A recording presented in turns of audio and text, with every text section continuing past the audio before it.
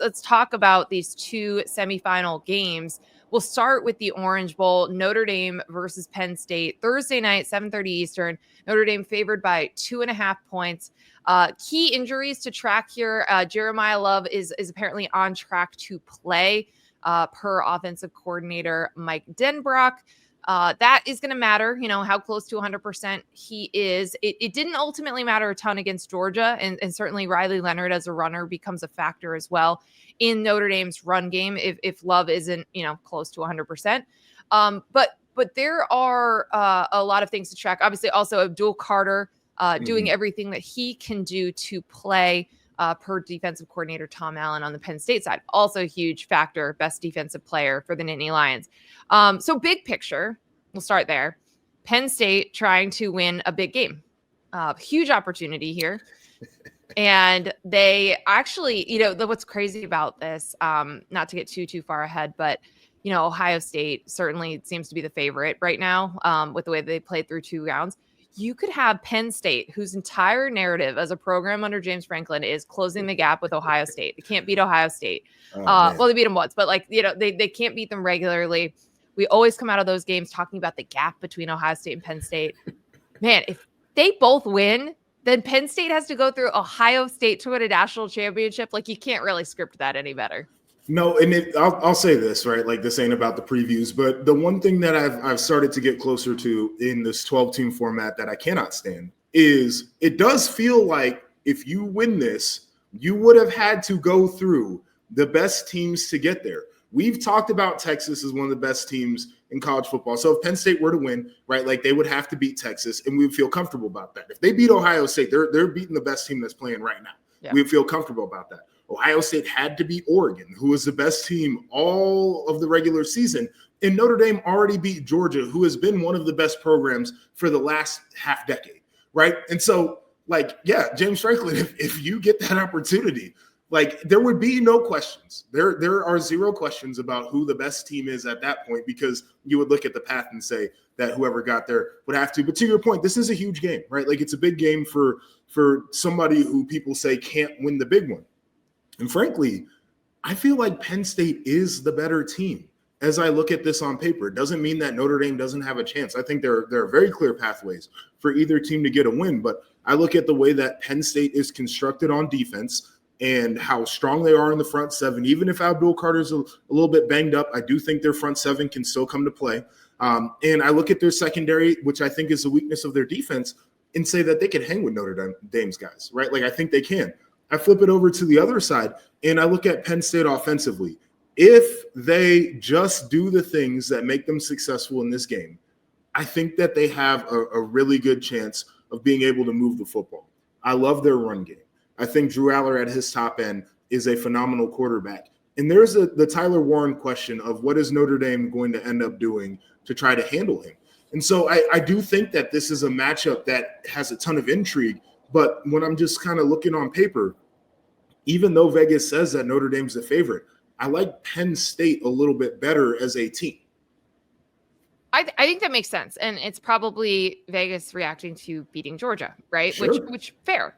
But you're right about the way that it matches up with different things that are maybe Penn State's weaknesses being less of a factor. Because if you are more concerned, about that secondary, well, Notre Dame has been looking for these elite receivers for a few years, just like Penn State, actually. There's so many parallels actually between both of these programs. Yes. But Bo Collins is really good and Jaden Greathouse, but they're not great. You can cover them. You can make them non-factors and try to make Notre Dame one-dimensional, which leans into your strengths of where you think you can stop them. So I think that's an important factor here. I think too, with Notre Dame, they're very comfortable winning games the way that they beat Georgia, right? Where they didn't really throw the ball. They capitalize on turnovers and they're really good on special teams. That doesn't necessarily mean that you're always the better team or the more talented team. That means you're just really good at things in the margins that decide games.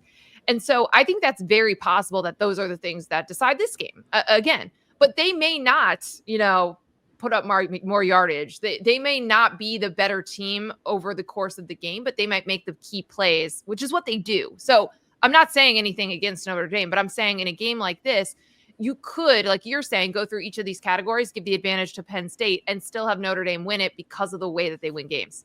Right. And to your point, I do think the margins of this game are going to matter. There's this discussion about the coaching matchup where James Franklin isn't known as being a great game manager, where I think Marcus Freeman has proven to us that he can manage the margins of the games. We saw it against Georgia, not only with the great special teams play, but kind of, situations and being creative and creating panic for another team. I think that's going to come into play because I do think this is going to be a tight game. There are going to be opportunities to do that here. One of the things that does intrigue me, though, about either one of these teams, when Penn State played Ohio State, they did not score an offensive touchdown. And the one drive that they put together that was really good, they completely lost their mind, did not try to get the ball to Tyler Warren, and they didn't get into the end zone from the 5-yard line, which is wild. For Notre Dame, coming off of this game against Georgia, as well as they played, they really didn't put together a drive. They got the ball back off of a strip sack on like the 12-yard line. It was a one-play touchdown, and they had the big special team score. And outside of that, it wasn't a lot of putting together big drives that ended with touchdowns. They had the long drive at the end, which they needed. They ended with the field goal there. But it's not lost upon me that against the best defenses that either one of these teams has seen, they've struggled to stay on the field with long, consistent drives that end in touchdowns. And I'm curious if points are going to be at a premium in this game for that very reason. Yeah, I think that's a great point. And especially, we watched the rock fight. That was the first half of Notre Dame, Georgia. They could definitely have some of that in this game. And certainly I think turnovers, both of these teams, we've seen them both force turnovers over the course of the CFP as well. It's also a big step up in competition for Penn State. Part of the reason that we're talking about this being a big game, big opportunity for a head coach that's 1-14 against the AP top 5 is that they haven't played teams in that category yet. They played SMU, last team in the field. And then they played Boise State, and we had so many conversations about the seeding there and how Boise State really wasn't the number 3 team in the rankings, but they were the number 3 seed. And so Penn State's path has been a huge, huge storyline. And they did what they were supposed to. They won the games that they were supposed to, that they were favored in. And that's why this is kind of okay, now it gets hard.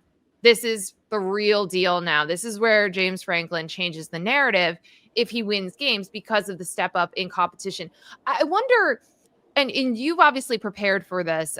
You've never played this version of the playoff where there's all of these additional rounds and the amount of total games that you could play. But this was a storyline in 2014 as well, when the season got longer, when you guys won a national championship. So do you think that it matters that Penn State had 9 days to prepare and Notre Dame only had 7 because the Sugar Bowl was later, but then it got pushed back an extra day? Does that play in here? Yes, it matters 100%. I can remember in our preparation, so we had the regular bowl prep kind of situation when we were going into our semifinal. And so we got our work in. In Urban Meyer, one of the best things that he did was he had a very defined plan for how he approached the postseason. So first 5 practices going into the game against Alabama, we were just working on conditioning, basically. Second 5 practices was a lot of fundamentals, just playing football, making sure we could block, we could tackle, ball security, catching the ball, things that happen when you have the long layoff. And then the last 5 was our game week. Then after we played Alabama, and I feel like this is Notre Dame, right? We played Alabama, and we were oh my God, it's the most physical game that we've ever played, period. We were beat up, and it was rugged out there. And some of us went up to Urban, and we're we got to pull back off of practice. We if we can take the pads off, that would be great. But you need to trust us that we'll get all the work that we need to get in, but we can't bang in practice leading up to this game because we're hurt. And he listened to us, and it ended up working out. And the reason I bring that up is these guys need to heal up. We see what Jeremiah Love's at. You don't think those couple days would matter to him trying to get back for this one? You have to be very careful about how you approach practice, but also this idea of how can you get as fresh as possible on that quick turnaround, I think does pop up. So yes, it's a big advantage, in my opinion, for Penn State to have been able to kick their legs up a little bit more and they're not as worried about all the travel, getting back home and then getting back to the next site. All of these things are considerations that these programs have to make. And I do think the 2 days is a huge deal. Yeah, and you mentioned, especially for like an Abdul Carter who's trying to get back on the field, every hour, every day counts there. Seriously. Okay, so last thing before we move on to the other semifinal, we talked about it a little bit. Tyler Warren, he's such an X factor. He's such a unique player, and the way that Penn State calls the game. We talk about this all the time with Andy Kotelnicki and how creative he gets, and he tries to direct snaps to Tyler Warren, tries to do a lot of different things with him. How do you expect Notre Dame to attack him? Who do you expect to cover him? And how do you try to, or what is success against Tyler Warren in this game? Is it just making sure he's not the guy that has a breakout game? Like, you're okay if they're able to run the ball, or like how do I don't know. Like, is it Xavier Watts? Like, how do you handle a guy like Tyler Warren? So I think success, first off, to answer that question, looks like making Penn State go to kind of the B game plan, right? So the A game plan would just be regular targets in the pass game. The B game plan is now they're going to some of the shovel passes. Now they're going to some of the direct snaps. Now they're handing him the football. Now they're trying to hide him in the line of scrimmage. Like, that is the B game plan. And I think if you get Penn State to that point with Tyler Warren, you've done a good job of taking them out of their initial game plan for him.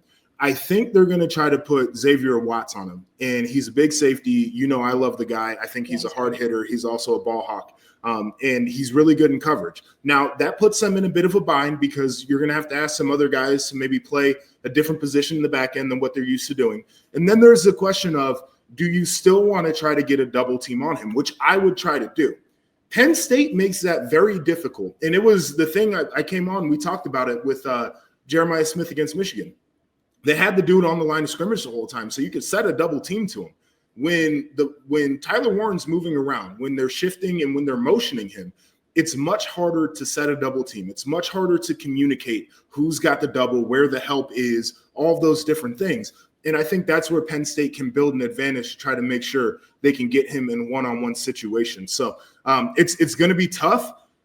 I also think that Watts is a great player, and if there was somebody that could be up for the challenge, it would be him. He has risen to big moments this year, and he's been able to take the ball away. He's been able to X out people of the game plan. He's been able to make big hits and knock the ball from the receiver. So I'm curious to see that chess match there. I want to know what Penn State's answers are if it's not working initially with Tyler Warren. And then to answer the final question, I don't think the run game is going to hit the way that it did against Boise State. But if it is, they should continue to do it. Like, that was the biggest flaw in the game plan, was they went away from something that was working. Whatever works against Notre Dame, I think they have to do a ton of it. Because as I said, I think drives, points at a premium in this one. Yeah, and James Franklin was asked about that, right? About like, well, how do you balance, Andy Kotelnicki is just like a very creative guy. And there's a lot of pre-snap motion. There's a lot of again, creativity. We'll put it all under that umbrella. How do you balance that with, like, maybe you should just run the ball? Maybe you should just do something that's a little bit more boring, but it's working. It's more effective. And James said that, like, that is who they are. And it's the creativity helps bring out the aggressiveness, and they go hand in hand. And that's what he's comfortable with. So yeah, there's times where he's like, no, I don't think we should do this, or I think we should do that. But it's how they got here. And so I think that they're going to continue to do it, Joshua.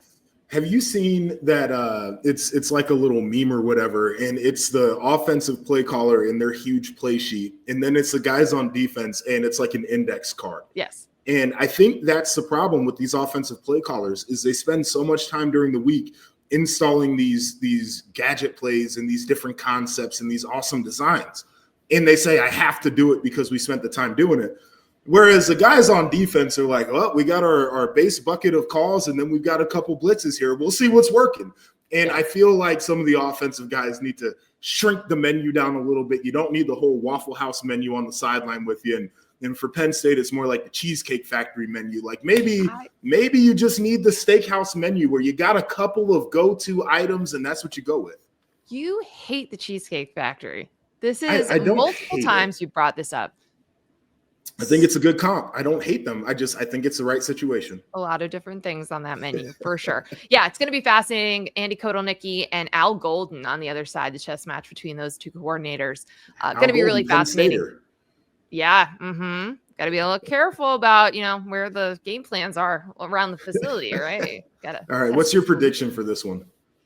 Okay. So my prediction is Notre Dame. Notre Dame winning, I guess covering 2.5 points. I think this is going to be a very tight game. I think points will be at a premium. And I would not be shocked if Penn State won. But I think I've been making a lot of my Notre Dame picks over the year on consistency and the different ways that they find to win games. So I will stick with them. It's an interesting thing for me because I do think Penn State's in a more gotta have it in terms of like narratives and what this season means. And so I do think that we probably see their best because of that. I think this is going to be a tight game. I don't feel like either one of these teams has the ability to really blow this one out and pull away. And for that reason, I think I trust Marcus Freeman a little bit more to have those plays that can win in the margins, whether it's a blocked punt or a big return like we saw. Does he have a creative situational thing that ends up being big in this football game? I tend to believe that he's the guy who can get it done. And so for that reason, as I said before, Penn State, I think, is a better team coming into this one. I think Notre Dame is the team I feel like I trust a little bit more in this situation. Well, and again, this is a head coach. For Marcus's flaws, they've lost games against teams that they should beat, but they are up for big games. Like it's the opposite of Brian Kelly, right? Where they always took care of all the business that they were supposed to, but they struggled in the big games. Marcus is the opposite. So I am with you there on trusting him a little bit more in those situations and having the pulse of a game, knowing when to go for it on fourth down, what you want to call in those situations and things like that.